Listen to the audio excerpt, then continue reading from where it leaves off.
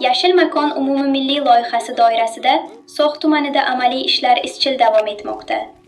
Qalacha mahalla fuqarolar yig'ini hududidagi Osh tog'i etagida yangi yoshlar bog'i barpo etildi. Mazkur tashabbus Farg'ona viloyati hokimining tavsiyasi asosida amalga oshirilib, bog' tuman yoshlari ixtiyoriga topshirildi. Hududda viloyat yoshlar ittifoqi tomonidan mevali va manzarali daraxt ko'chatlari o'tqazildi. Ayni paytda bog'ni kengaytirish ishlari jadal sur'atlarda olib borilmoqda.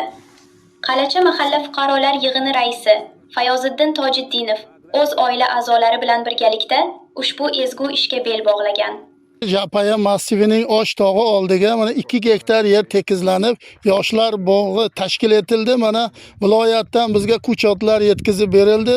O'shani hashar tariqasida o'tgan yili ekuvdik. Mana bu yil o'zimiz ham tashabbus qilib, shunday o'tirmasdan yana 250 tub o'rik, mevali ko'chatlarni olib kelib, mana hozir ko'ryapsiz, jarayonda ekish jarayoni ketyapti. Maqsad qanday bo'lyapti endi? Sug'orish endi hozircha nima bilan tomchilab ususida o'zimiz texnika bilan sug'oryapmiz. Bir nima qilsa, xudo xolasa suv olib keltirish niyatimiz bor. Mevalar bu yerda o'rik, shaftoli bor ko'chatlar, olma ko'chatlari bor va anor ko'chatlari bor, mevali ko'chatlardan. Va ana bu qirg'oqlariga, yo'lni bo'yiga bir 200 tub, 300 tub tut ko'chati ham ekilgan. Bog' hududida tuman hokimining birinchi o'rinbosari Ilhomjon Tojiboyev, shuningdek, Yoshlar ittifoqi va Yoshlar kelajagimiz jamg'armasi mutasaddilari bo'lib, fuqarolar bilan muloqot o'tkazdi.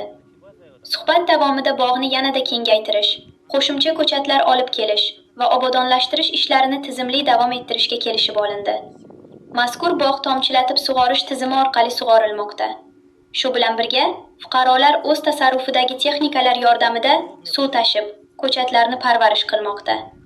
Bu yerda har bir ko'chatga e'tibor bor, har bir niholga mehr bor. Bahor nafasi ufurgan pallada So'x tumanida yashil makon loyihasi mana shunday amaliy qadamlar bilan davom etmoqda. Tabiatni asrash va yashil hududlarni kengaytirish yo'lidagi sa'y-harakatlar esa yurtimiz kelajagiga qaratilgan muhim sarmoyadir.